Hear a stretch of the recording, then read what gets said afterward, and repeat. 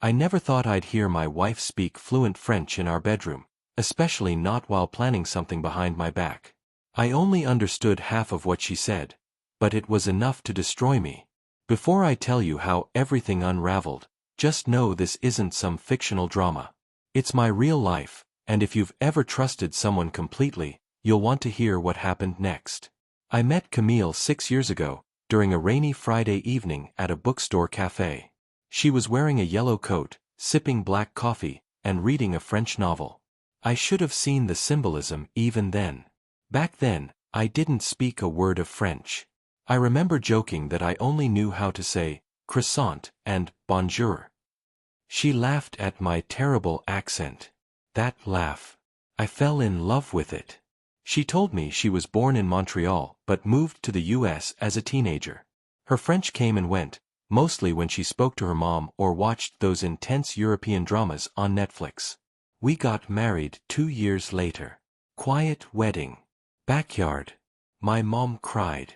Her parents didn't show, they couldn't make it, she said. I didn't ask too many questions. I never really pushed her on things like that. That's just how much I trusted her. Camille wasn't just beautiful, she was calm, confident, mysterious in a way that made you want to know more.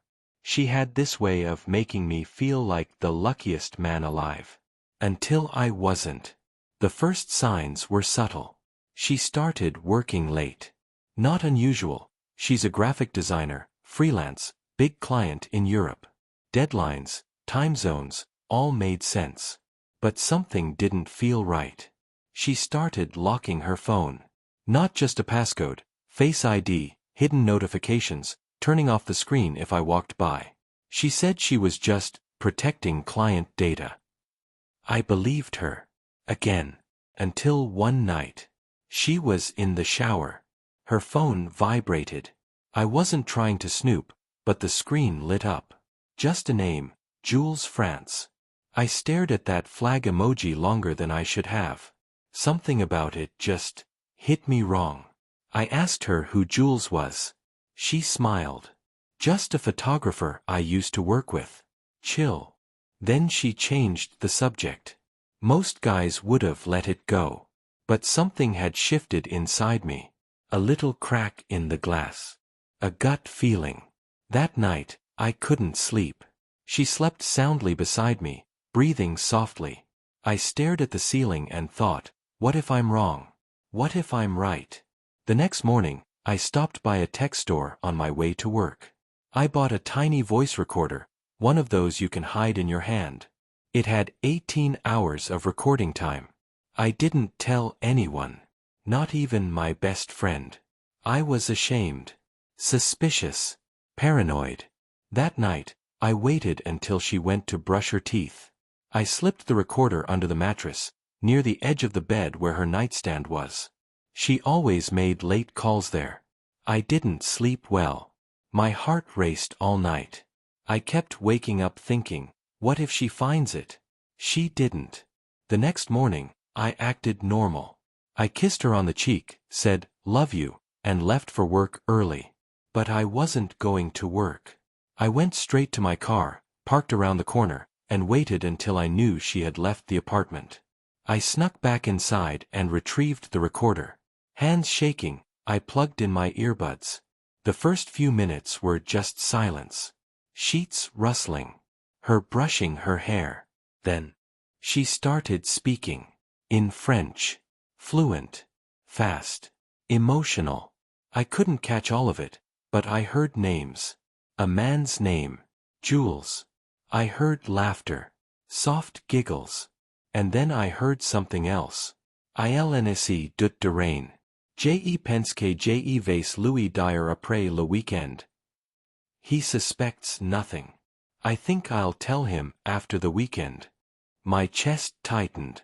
I didn't need to understand every word to feel the betrayal. She was planning something. Maybe to leave me. Maybe worse. And the scariest part? She had said it so calmly. My hands were still trembling when I hit pause. That sentence haunted me. He suspects nothing. And in French. In our bedroom. On our bed.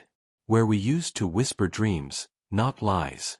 I replayed the part again, just to make sure I'd heard it right. ILNSE dut de rain. Je pense que je vais lui dire après le weekend. Yes, that's what she said. Clear as glass. Calm. Confident. The way she spoke, it wasn't nervous. It wasn't hesitant. It was like, this was already decided.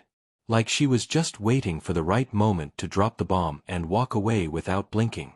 I sat in my car for a long time, recorder in my lap, earbuds hanging from my ears. I should have cried.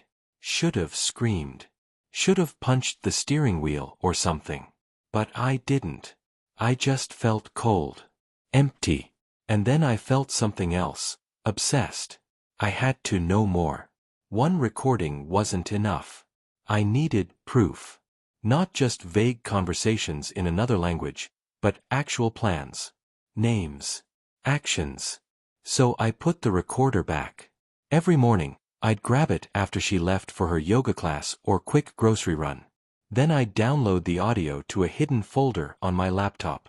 Every night, I'd put it back before bed. She never noticed. The next few days, I heard a lot more French. It turns out Camille wasn't just fluent, she was native-level fluent. She spoke with ease, rhythm, emotion. This wasn't someone brushing up on Duolingo. This was someone who'd been speaking the language all her life, and hiding it from me. Why? That question wouldn't leave me alone. Who hides their fluency from their spouse for 6 years? Maybe she thought it didn't matter. Maybe it started as a small omission and grew too big to admit. But deep down, I knew that wasn't it. This wasn't just about language. This was about secrets. By day 4, I had hours of recordings. I started running parts through translation apps and even hired a freelancer online to help me transcribe key conversations. That's when it got dark. She wasn't just talking to Jules. There were others. A woman named Leah. Another man named Mark. They spoke in circles, but the themes kept coming back. He doesn't know. After the money clears. Once I get the signature. I'll be free. Free. Free from what? From me. Was this about divorce? About taking my money? We didn't have kids. No shared business. No messy investments. At least I thought we didn't. But then I remembered something. A few months ago, Camille had asked me to co-sign something for her new design contract. Said it was about gaining access to a project in Europe. Just some formalities, she'd smiled. And I had signed. Didn't even read it. My stomach twisted. I dug through our shared documents folder, scanned for anything unusual. That's when I found a PDF I didn't recognize. Title, Client Agreement, Port d'Or Europe. Inside. A clause that said, shared liability and access granted upon signature of both parties. And there it was. My name. My digital signature. Suddenly the puzzle pieces didn't just fit, they clicked into place like a trap closing. Camille had used my name to get access to something. Something valuable. Something tied to France. And now she was planning to leave, and probably take everything with her. But here's the worst part. She acted normal every single night. We'd eat dinner. Watch a show. She'd kiss me goodnight like nothing was wrong. No hesitation. No guilt. Just smooth lies wrapped in soft smiles. She even asked me if I wanted to take a weekend trip. Just the two of us. We haven't gotten away in a while, she said. I nodded and smiled. That sounds nice. I was playing along now. Watching. Waiting. That Friday, she booked us a cozy little Airbnb near the mountains. Said it had a fireplace and hiking trails. Just what we needed to reconnect. I checked the host's name. French. Last-minute availability. Paid in full by Camille. Everything about it screamed setup. That night, I added a second recorder to her purse. A mini mic tucked into the inner lining. If she called anyone on the road, I'd hear it. We drove up Saturday morning. She sang along to the radio, took pictures of the sky, told me she loved me, and I smiled, nodded, held her hand, all while knowing what she was planning. We arrived at the Airbnb just before sunset. It was charming, actually. Rustic wood cabin. Clean. Private. 1 bedroom. She poured us wine. Made pasta. Said she wanted to talk later, after dinner. I knew that was it. The reveal. Whatever she was planning to tell me after the weekend, it was coming. After we ate, she lit the fireplace and sat on the floor with a blanket. I sat next to her. She leaned against me and whispered, "You know I've always loved you, right?" That's when I saw it in her eyes. Not love. Not regret. Relief. She was finally going to say it. End the performance. Close the curtain. But I wasn't ready for that yet. So I kissed her. Softly. Like nothing was wrong. She froze, just for a second, but then kissed me back. That night, we didn't talk. She fell asleep quickly, like a weight had been lifted. I laid there next to her, eyes wide open, staring at the ceiling. The second recorder was running in her purse. And tomorrow I'd listen to what she really thought of our weekend together. Because the moment she thought I was asleep, I saw her turn her phone on and start typing. In French. The next morning, I waited until Camille went outside to take a call. She said she wanted to check in with a client in Paris. That was her excuse. She even laughed and added, "God, their time zone kills me." As soon as the door clicked shut, I reached for her purse. My heart pounded as I grabbed the recorder and slipped it into my jacket pocket. I walked to the back of the cabin, turned on the faucet in the bathroom to mask any noise, and pressed play. Static. Soft fabric sounds. Then, her voice. She wasn't calling a client. She was leaving a voicemail for Jules. Say ce weekend. Je vais lui dire ce soir au demain matin. Appréciez, je prends l'avion. Tout est prêt. Il sauramim pas ce que est passé. I ran it through a translator as fast as I could. It's this weekend. I'm going to tell him tonight or tomorrow morning. After that, I'm catching the flight. Everything is ready. He won't even know what happened. Flight. What flight?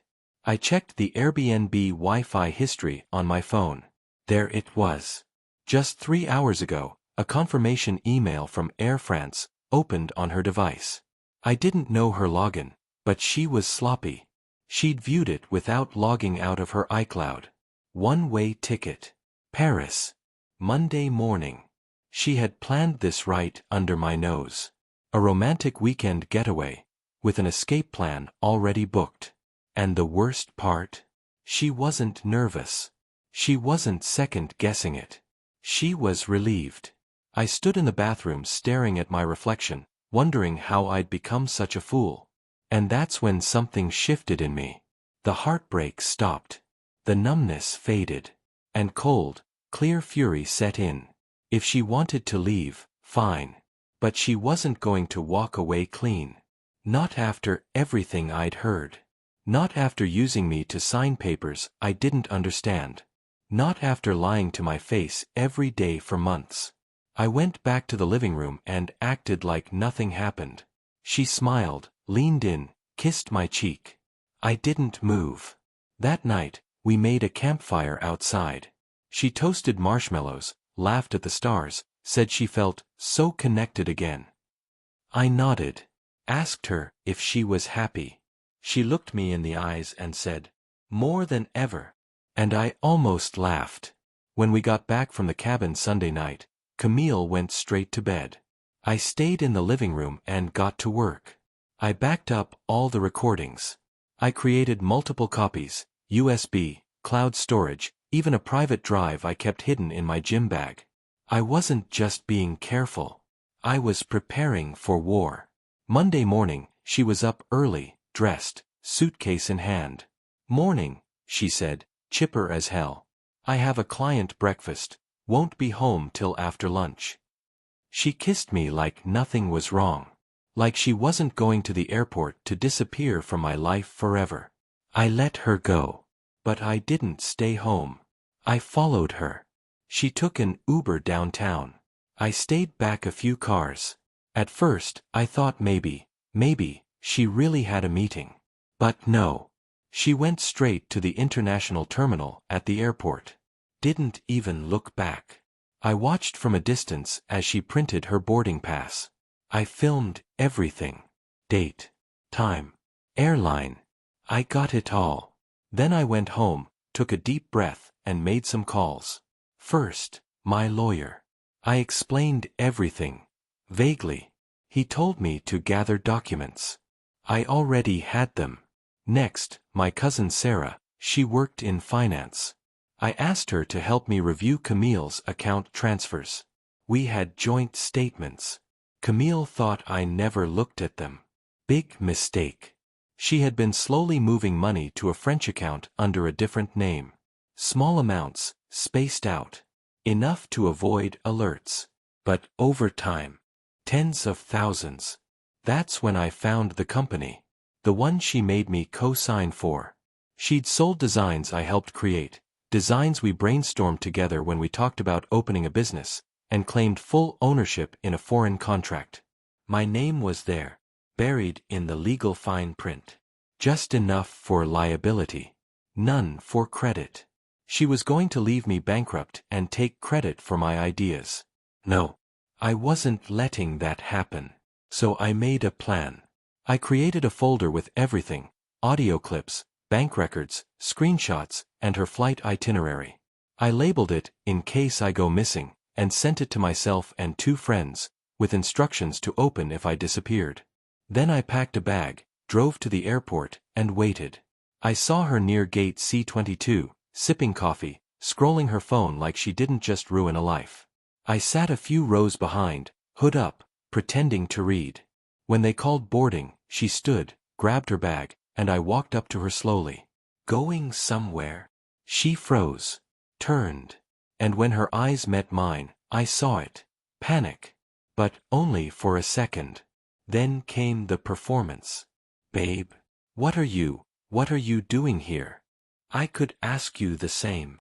She laughed nervously. Oh, I didn't want to wake you this morning. It's just a quick trip to meet Jules, client stuff, you know. I told you about it, remember? Yeah, I said quietly. Except you also said you'd be home after lunch. She blinked. I've been listening, Camille, I said. 4 days. Every phone call. Every voicemail. I know about the flight. The money. Jules. Leah. Mark. The contract. All of it. Her face turned pale. You spied on me? I pulled out my phone and hit play. Her voice echoed from it, in French. He suspects nothing. I'll tell him after the weekend. Then I'm gone. She lunged to grab it. I stepped back. You lied. You used me. You stole from me. I didn't. You're twisting this, she cried. You're invading my privacy. This is abuse. You mean like using my name to co-sign fraud? Or transferring money overseas under a fake name? She looked around. People were starting to watch. Let's talk about this somewhere else. No, I said. Let's talk here. Right now. Security approached. She tried to spin it. This man's harassing me. But I was ready. I showed them the boarding pass. The documents. Her signature next to mine. They pulled her aside for questioning. I walked away with my head high. Back at home, I called my lawyer again. We filed the financial fraud report. I froze the shared accounts. I cut her off from everything. That night, she sent me an email. I never meant to hurt you. I just needed a way out. I'm sorry you found out this way. I never replied. I wasn't sorry I found out. I was glad I finally knew who she really was.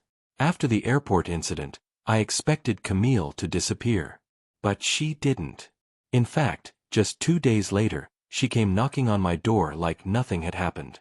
No call, no warning, just her standing on the porch with red eyes and a forced smile. "Can we talk?" she asked, holding a canvas bag like she was coming home from yoga.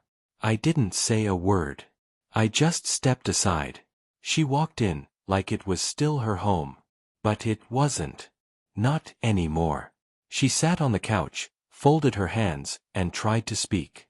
"I'm not going to pretend I didn't make mistakes," she began, her voice soft, trembling. "I was scared.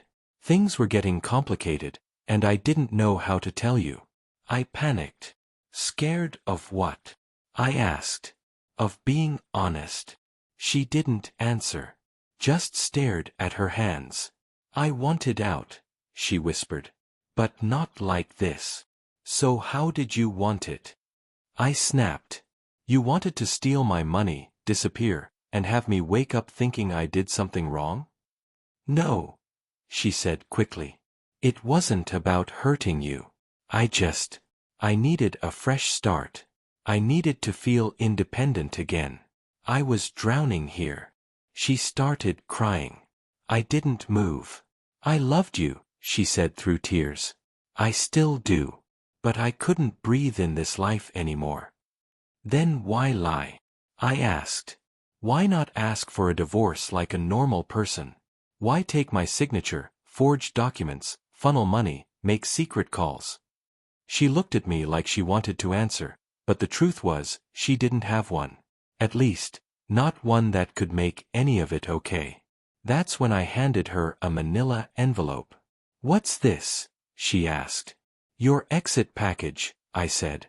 "The lawyer drafted it this morning. You'll find a confession form, a waiver to the business rights, and a formal withdrawal from our joint account. Sign it all, and you walk away clean. No charges. No court. No prison." Her hands shook. "You're blackmailing me," she whispered. "No. I'm giving you a choice. The same choice you denied me when you planned to vanish." She stared at the papers for a long time. Then she said something I didn't expect. "Did you ever really love me?" she asked. I looked her straight in the eyes. "I loved the version of you that didn't exist." Camille signed the papers that night. No fight. No tricks. Just quiet acceptance, like someone who knew the game was up. I had her belongings boxed and delivered to her sister's place the next morning. I didn't want her in my house, didn't want her scent in the closet, didn't want her ghost lingering in the sheets. I changed the locks, canceled the joint credit cards, filed the final divorce paperwork the same week. My lawyer called it the cleanest dirty separation he'd ever handled. But even as the legal dust settled, the emotional debris remained. I couldn't sleep. I couldn't eat. My mind replayed the audio recordings like a broken radio, looping her voice in French, whispering betrayal with elegance and ease. Friends started asking what happened. I told them the truth. Not every detail, just the ones that mattered. She used me, lied, almost ran off with everything. Some of them were shocked. Others weren't. "She always felt too polished," one friend admitted. "Like she was acting all the time." I hated that they saw it before I did. For weeks, I avoided going out. I'd sit in silence, watching the rain hit the window, wondering how someone could fake an entire life with you. One night, I found a photo of us from our wedding. She looked happy. I looked naive. I burned it. It was symbolic. Cathartic. But not enough. I needed more. That's when I remembered the French company, the one she created using my name and our designs. It was still active. Still live. And legally, half of it was still mine. She may have tried to walk away, but she left the door unlocked. And I was ready to walk through it. With my lawyer's help, I filed a claim in France asserting ownership over the company she registered. Since my name was on the original agreement, and we proved coercion, we had a strong case. It wasn't about money anymore. It was about justice. While we waited for the hearing, I took a flight to Paris. It was my first time in Europe. I booked a modest hotel, nothing fancy. I didn't go to the Eiffel Tower. Didn't take selfies. I was there with one goal, to confront the people she'd lied to as well.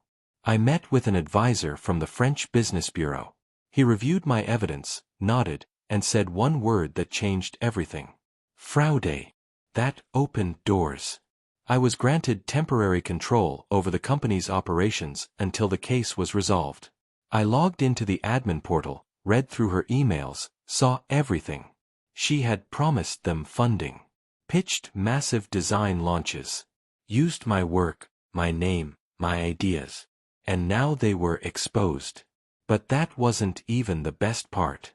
I found one email thread between Camille and her so-called client, Jules. He wasn't a client. He was her ex. From Montreal. Married. 2 kids. The fresh start she wanted? He wasn't offering it. He had already ghosted her after the airport incident. You dragged me into this. I told you I couldn't leave my family, one of his emails read. If your husband caught you, that's on you. Poetic. She burned everything for a man who wasn't even waiting for her. I printed it. Saved it. Filed it. Then I went one step further. I scheduled a press release on the company's site, under my name.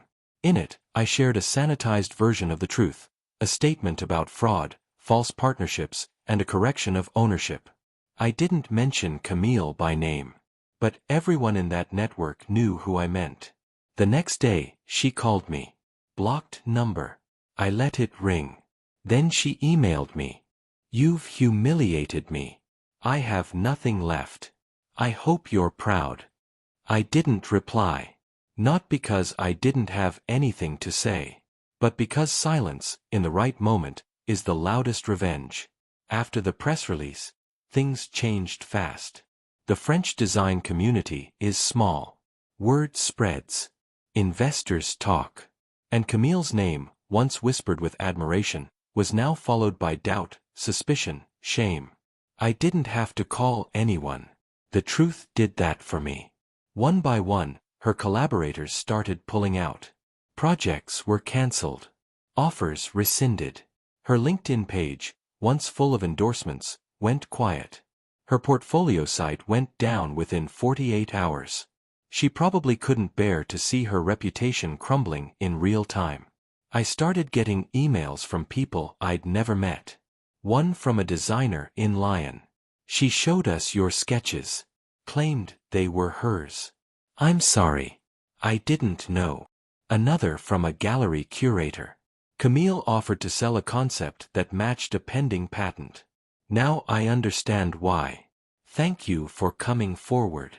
And then, a message that froze me. From her father. I don't know what my daughter told you, or what she's done. But if half of what I read is true, you didn't deserve any of it. I had never spoken to him. He hadn't even shown up to our wedding. Now here he was, apologizing. That told me more about Camille's history than anything else. I didn't reply to most of the messages. I didn't need praise. I didn't want sympathy. I just wanted to know that the weight of truth had finally landed, and that Camille couldn't talk her way out of it this time. The day the press release hit, Camille posted a clarifying statement on her private Instagram account. A wall of vague language. No apology. No admission. Just deflection. Sometimes people weaponize information to hurt others. I never intended to cause pain. I only wanted peace. But the comments, they were brutal. You lied. What about the contract? Peace? Is that what you call fraud? She deleted it the next day. But screenshots last forever. 2 weeks later, I got a letter from her lawyer. She was seeking resolution. Translation. She wanted to negotiate. Camille had finally realized the damage wasn't going away. She had no job. No credibility. No partner. Jules was long gone. No access to our old joint accounts. She had burned every bridge, and now she wanted me to hand her a raft. I met with my own lawyer and reviewed her demands. They were desperate. She wanted a small monthly stipend.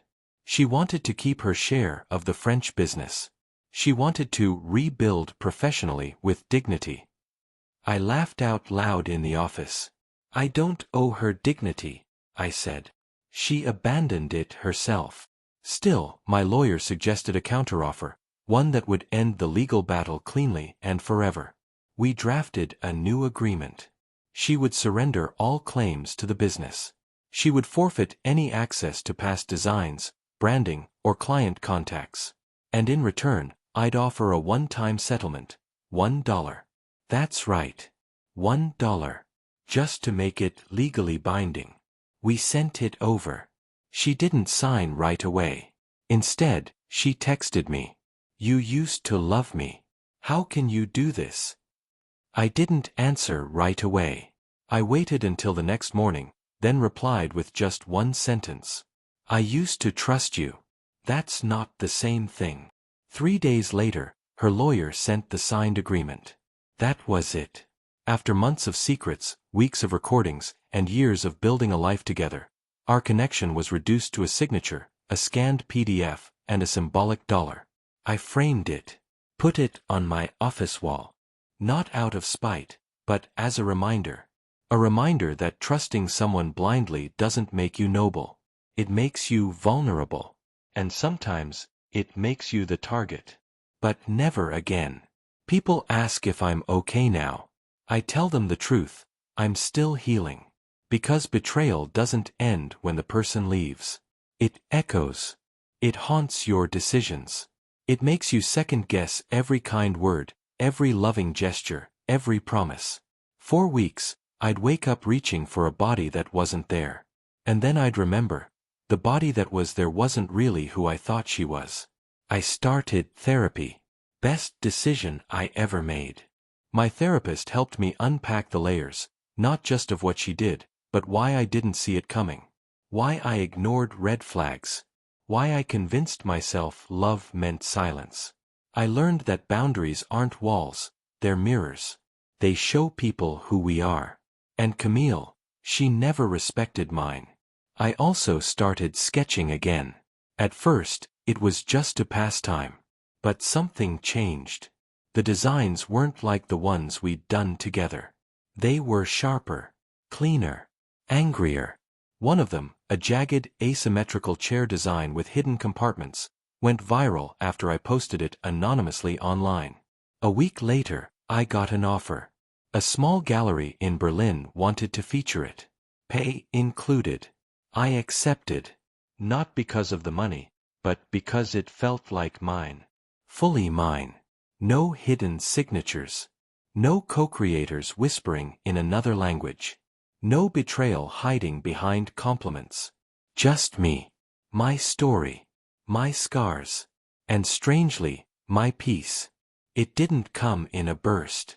It came in quiet moments. A morning where I didn't check her Instagram. A night where I didn't replay the recordings.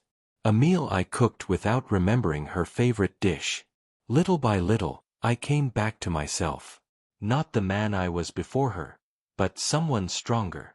Someone less naive. Someone less afraid of silence.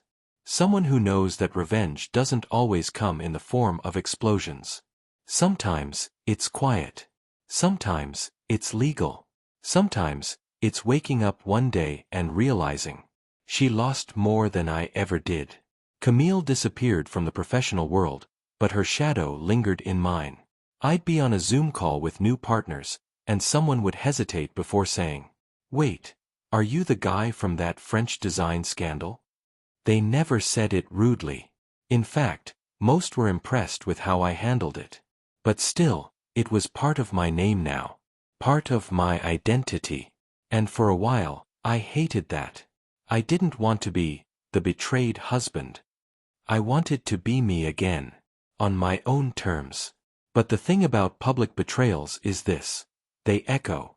And those echoes reach people you'd never expect. One afternoon, I received an email from an address I didn't recognize. No subject. Just this. I knew Camille years ago. What she did to you, she's done before. If you ever want to talk, I'm here. There was no name. No details. Just a burner Gmail. I stared at the message for a long time. At first, I thought it might be spam. Or worse, Camille herself, trying to play a new game. But curiosity won. I replied, "I'm listening." The person responded the next day. Her name was Elise. She was French-Canadian, worked in media design.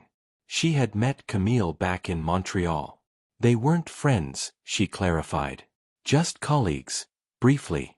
She manipulated a lot of people, Elise wrote. Borrowed ideas. Took credit. Left a trail of confusion wherever she went.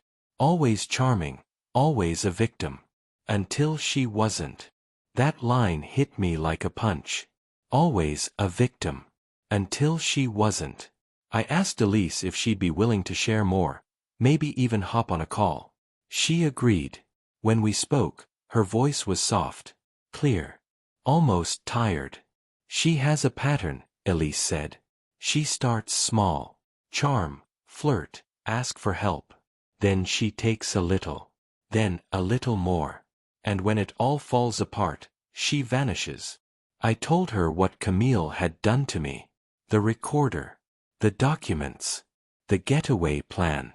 Elise wasn't surprised.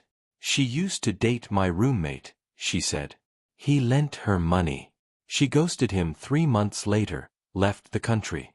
We thought she'd changed. Clearly not. It wasn't just revenge anymore. It was legacy. Camille had been hurting people for years, and none of us had compared notes until now.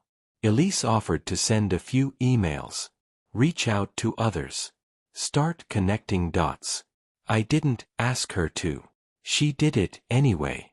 And just like that, my healing became collective. Elise wasn't exaggerating. Within a week, she'd connected me with 2 other people Camille had hurt. One was a young man named Remy, a former intern at a firm Camille freelanced for. He said she'd mentored him until she stole his concept, pitched it to a competing agency, and left him blacklisted in the industry. Another was Claire, a business coach Camille had hired to help restructure her branding. Camille vanished mid-contract, forged payment receipts, and left Claire fighting credit card fraud for months. Every story was different, but the pattern, identical. Charm, use, vanish, deny. What chilled me most was how good she was at rewriting reality. These weren't one-time mistakes. They were tactics. And I'd lived them. With Elise's help, I started compiling a private document. Not for revenge. Not for court. Just truth. I called it the Camille File. Every statement was verified. Every name anonymized. Every dollar tracked. I didn't plan to publish it. But knowing it existed, that was enough. Until one night, I received another message. From a different address. Short. Chilling. Stop digging. You've made your point. There was no signature. No threats. But the tone was unmistakable. Someone didn't want the past exposed. My heart raced. Had Camille found out about the network? Did she know I was still talking to people? I forwarded the message to Elise. She replied instantly. I got one too. So did Claire. So did Remy. That's when we knew it wasn't just embarrassment anymore. Camille was feeling cornered. Good. I hadn't seen Camille in person since that day at the airport. But now she wanted to meet. She texted me from a new number. Just one coffee, please. I'm not here to fight. I just want to talk. I know I messed up. I didn't answer. She sent another the next day. You said I lost more than you. You're right. I have nothing. I can't sleep. I keep hearing your voice playing that tape. Please. I need closure. Closure? Funny. That's all I had begged for during our marriage. But something in me softened. Not for her. For myself. I agreed to meet. A public cafe. No privacy. Middle of the day. She walked in wearing a scarf, oversized sunglasses. Like someone in hiding. I almost laughed. When she took them off, I barely recognized her. Pale. Thinner. Hollow eyes. She looked like someone who had finally met the truth, and didn't know what to do with it. I know you hate me, she began. I don't hate you, I said. I just don't believe you. She nodded. Fair. I don't expect forgiveness, she whispered. I wanted you to know I'm in therapy. I'm trying to change. I stirred my coffee. You said that last time. Right before lying to me again. Silence. I was scared, she said. And weak. I raised an eyebrow. You were calculating. She winced. Then pulled something from her bag, a check.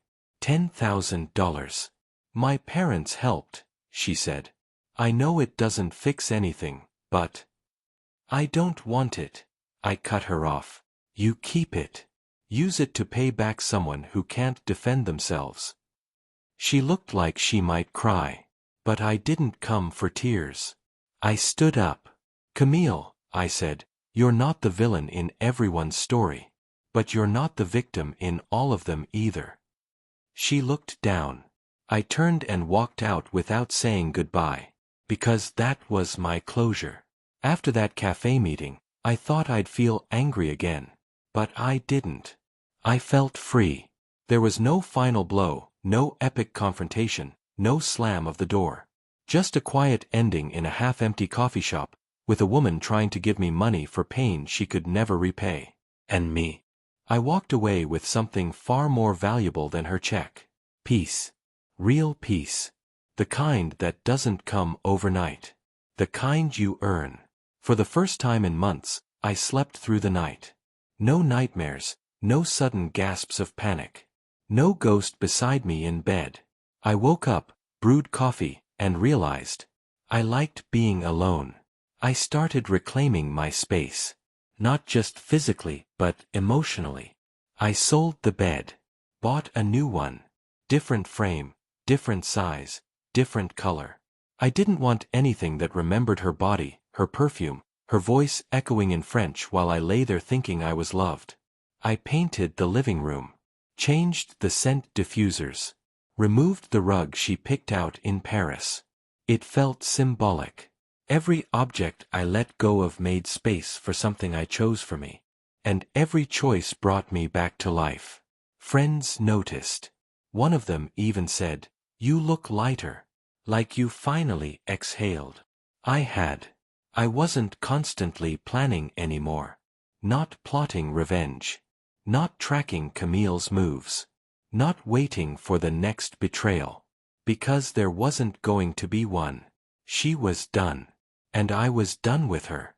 3 months after Camille signed the settlement, I launched something new. A design studio. Just mine. I called it Echo and Form.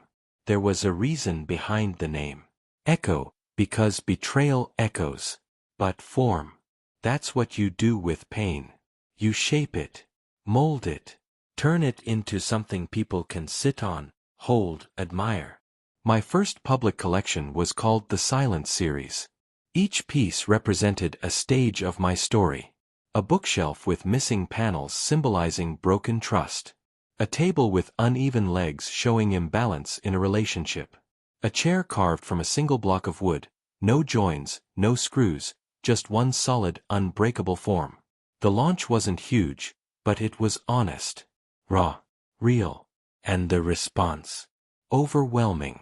Not just from critics, but from people. People who had felt what I felt. They messaged me things like, "This made me feel seen. I didn't know furniture could tell the truth. Your story saved me from staying in something toxic." I wasn't just designing anymore. I was connecting. And it filled me in a way Camille never could. Because now I was building something real. And best of all, her name wasn't anywhere near it. No one could take credit. No one could co-sign behind my back. This was my second life. And I was finally living it on my own terms. I thought I was done with surprises. But betrayal has a funny way of resurfacing when you least expect it. It happened during an exhibit in Chicago. I'd been invited to showcase the Silence series at a boutique gallery that specialized in storytelling through design. I was setting up my pieces when a woman approached me. Tall, early 40s. Professional but kind eyes. "You're the artist behind Echo and Form?" she asked. "Yes. I've been following your journey," she said. "Not just your work. Your story. It reached a lot farther than you think." I thanked her, a little surprised. I wasn't used to being recognized outside of design circles. Then she handed me a card. Her name was Genevieve Leduc. And under her name? Director of Ethics and Contracts, Port d'Or Europe. My chest tightened. That was the name of the company Camille had pitched. The one she'd tried to use my name to access. The same company I had helped shut down through legal filings. "I came to apologize," Genevieve said. I blinked. For what? For believing her. For trusting her proposal. For not doing enough due diligence. "You warned us. You were right. And it wasn't the first time we'd been misled. But it was the most damaging." She paused. "We've been restructuring ever since." I nodded, unsure of what to say. Then she smiled. "But that's not the only reason I'm here." She gestured to one of my chairs. "The solid one. The unbreakable form. We'd like to purchase a limited set of this design. For our new headquarters." I froze. "You want to use my work? After what happened?" "We want to honor it," she said. "And show our team that transparency and resilience matter more than polish and charm." I didn't know whether to cry or laugh. I just shook her hand. And for the first time in a very long time, I felt something I hadn't felt since before Camille. Pride. 6 months later, I flew to Paris. Not because of Camille. Because of me. Port d'Or Europe had finalized their order. They wanted 12 custom chairs, variations of the unbreakable design, for their new boardroom. They flew me out for the installation, put me in a hotel with a view of the Seine, and scheduled a private dinner to celebrate. Everything was surreal. I stood in the middle of that glass-paneled boardroom, watching a team of executives admire the furniture I built. Not the man I used to be, but the one I had become. No one there knew about the hidden recorder. No one saw the man once betrayed, sleepless, unraveling in his own bedroom. They only saw the artist. The craftsman. The survivor. During the dinner, Genevieve raised a glass and said, "To form born from truth." Everyone clapped. And me. I smiled. Not for applause. But because I knew Camille would never sit in this room again. Her voice, once spoken with so much confidence and control, had been replaced by mine. Not out of revenge, but because truth eventually speaks louder than charm. And for the first time, I didn't feel the need to say her name. She was no longer the center of the story. I was. A few weeks after I returned home, something unexpected happened. I ran into Jules. Yes, that Jules. I recognized him instantly. We were at a design event in New York. He stood near a mock-up booth, sipping wine and talking to a distributor. At first, I froze. My stomach twisted. I almost turned around and left. But then I thought, why should I walk away? He's not the villain. He's not even important. He's a footnote. So I walked right up. "Jules." He turned. Confused at first. Then his eyes widened. "Oh, wow." "Yeah," I said, calm. "Small world." He swallowed hard. "Look, man. I didn't know she was." "I'm not here to talk about her," I interrupted. "I just wanted to see if you'd admit it to my face." He looked down. "I should have stayed out of it," he said. "She said it was ending. That you didn't care." that the marriage was already done. Did you believe her? I asked. He hesitated. I wanted to. I nodded. Well, it's done now. He looked up, surprised. No yelling, he asked. No threats. I already won, Jules, I said simply. Then I turned and walked away. And I swear, I felt 10 pounds lighter. Because that was the final thread. The last connection to that version of me. The man who doubted, who feared, who chased answers from people who didn't deserve questions. I wasn't chasing anything anymore. 1 year to the day after I planted the recorder under the bed, I told my story publicly. Not with names.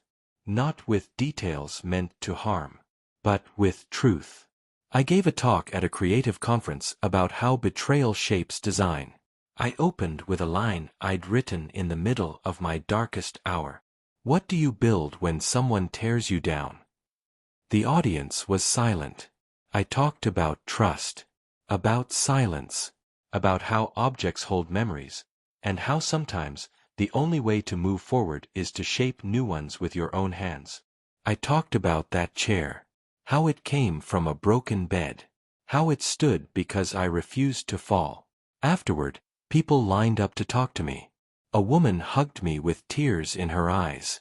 A man said he'd just filed for divorce after discovering his wife's secret life. They weren't reacting to furniture. They were reacting to truth. That night, I sat on the edge of my bed, my new bed, and realized something. I didn't hear her voice anymore. Not in French. Not in English. Not in my head. I heard mine. And it was stronger, clearer, and more certain than ever. This was my life.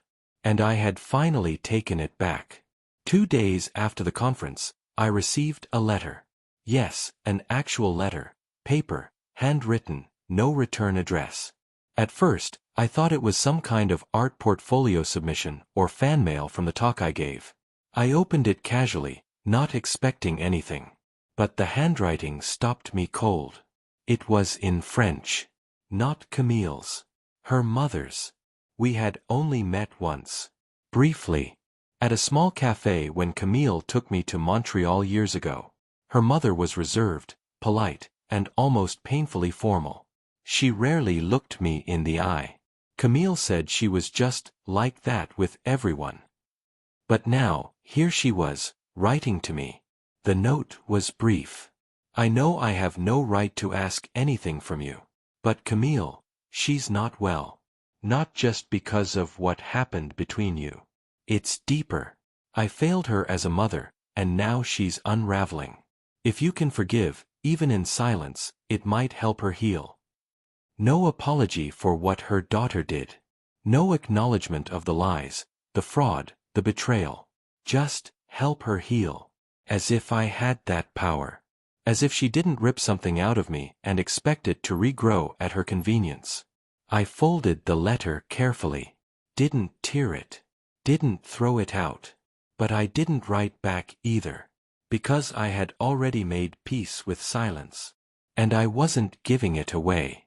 That night, I took the framed dollar bill off the wall. The one Camille had accepted in the settlement. The one that marked the end of our legal connection. I looked at it differently now.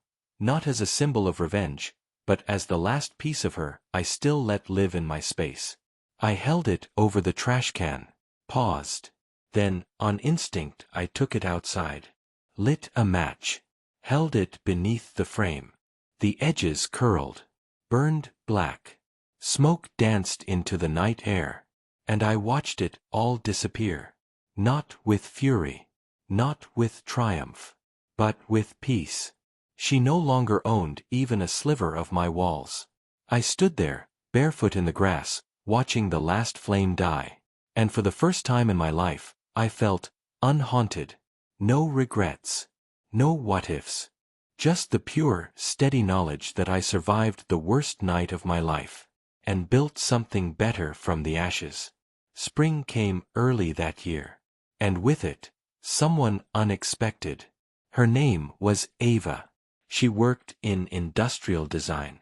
We met at a panel I was invited to judge. She had a laugh like cracked sunlight, sharp, real, impossible to ignore. At first, I kept my distance. Not because of her, because of me. I didn't know how to trust again.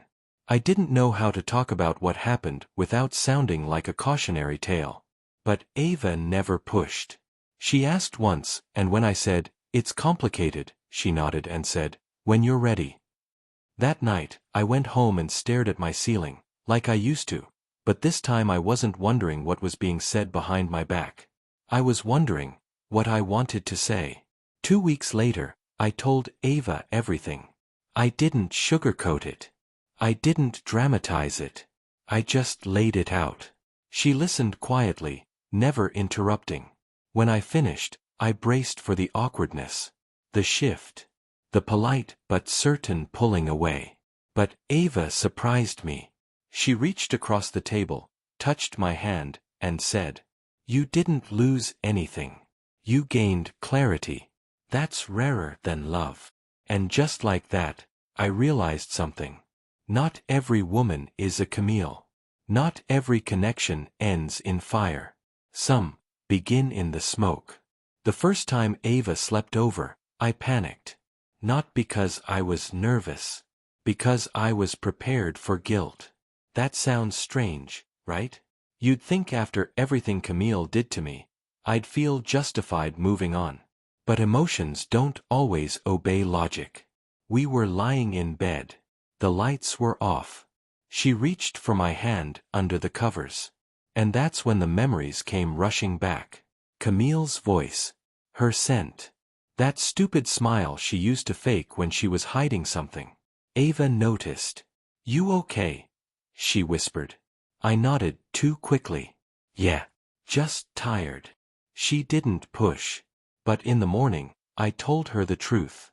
"I thought I was ready," I said, staring into my coffee. "But I guess some part of me still expects every good moment to turn into a lie." She put her mug down gently. "I get that," she said. "But I'm not her. And I'm not going anywhere unless you ask me to." That hit me harder than I expected. She didn't say, "Trust me." She didn't beg for my faith. She just gave me space, and let me choose what to fill it with. That night, when she held my hand again, I didn't flinch. Because I realized something important. Camille was a chapter. Ava was a clean page. And I was the one holding the pen.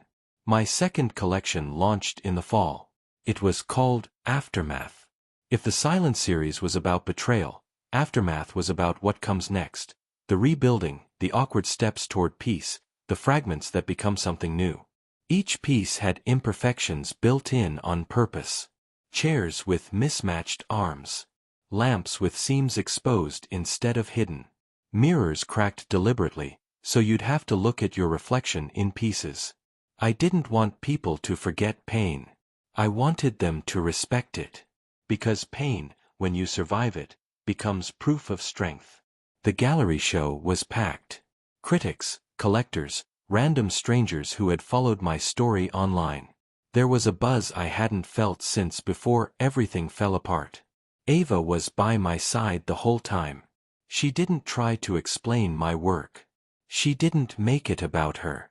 She just smiled at me like she already knew every layer of meaning behind the broken lamps and asymmetric benches. But what really stayed with me that night was a conversation with a man in his 60s. Gray beard. Quiet voice. He stood in front of a cabinet I'd named Inventory of the Past. "I know what this is," he said softly. "I lost my wife. Not to death. But to lies. You captured the weight of that." I nodded. "I'm sorry," I said. He smiled. "Don't be. That weight made me stronger. Just like it did to you." And suddenly, I realized. My story wasn't just about revenge. It was about resonance. And that was a legacy Camille could never touch. About 2 weeks after the gallery show, I got an email. From Camille. It went straight to my spam folder, like the universe had already judged its worth. I don't know what compelled me to open it. Curiosity? Closure? But I did. The subject line was, "I heard about the show." Inside, it read, "I saw your new work online. It's beautiful. I always knew you had something special. I'm glad people are finally seeing it too. I know I'm not part of that story anymore, and I don't deserve to be. But I wanted you to know I'm happy for you. No lies. Just that." For a second, I waited for the usual flood of emotions. Anger, pain, bitterness. But they didn't come. I felt nothing. And then I felt something else. Gratitude. Not for her words, but for the silence after. I didn't reply. Not because I was being petty. Because there was nothing left to say. I wasn't angry at Camille anymore. I just didn't care. And that's how I knew I had finally won. Not because I humiliated her. Not because I outsmarted her. But because she didn't matter anymore. Her story stopped the day I started telling mine. It had been over a year since everything.